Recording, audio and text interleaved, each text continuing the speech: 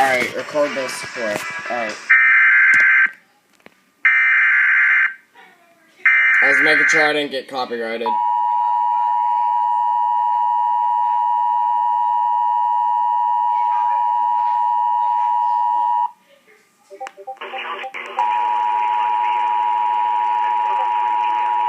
Discord. The National Weather Service in the Quad Cities has issued a severe thunderstorm warning for southern Henry County, western Des Moines County, Lee County, north central Clark County until 1:45 p.m. At 1:03 p.m., severe thunderstorms were located along a line extending from 6 miles northwest of Donaldson to near Cahokia, moving northeast at 50 miles an hour. Expected hazards include 60 miles an hour wind gusts. Expect damage to roofs, siding, and trees. Locations impacted include end of message.